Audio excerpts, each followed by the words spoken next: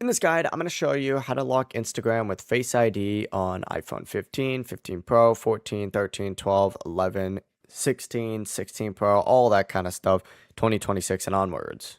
Before we get into this guide, make sure to like the video and subscribe to the channel with all notifications on. It really does help with the channel and it lets us know that you want more content like this.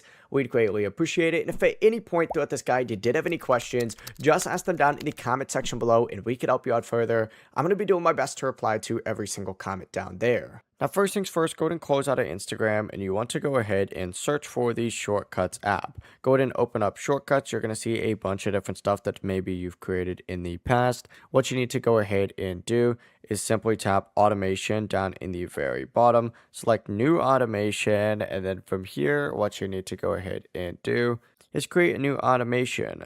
Down at the bottom, just hit Search, just type in App and select App from here. Make sure Opened is checked and then select Run immediately.